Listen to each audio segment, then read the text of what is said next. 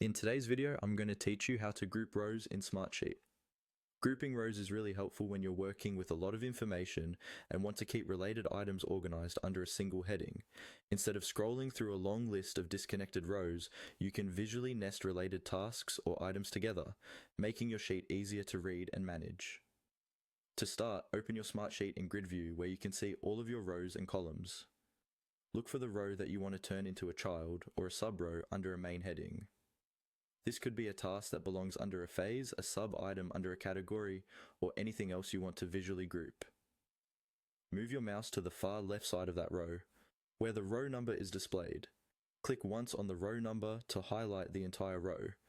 You'll know it's selected when the whole row is shaded, indicating it's active and ready for formatting. If you accidentally select the wrong row, just click on the correct row number to change your selection.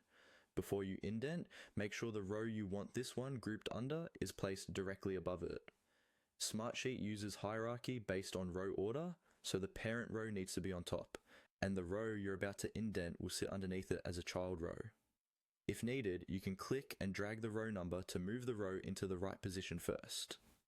With the row still highlighted, look toward the top toolbar of Smartsheet. You'll see an icon that looks like a right-facing arrow or a small indent symbol.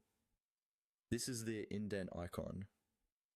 It's usually located near the left align and center align options, among the formatting tools. Click on the indent icon once.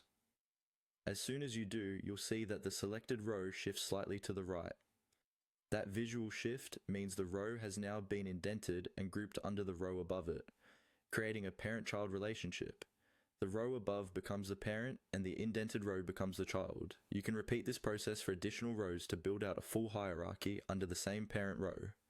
Just highlight each row you want to group and click the indent icon again.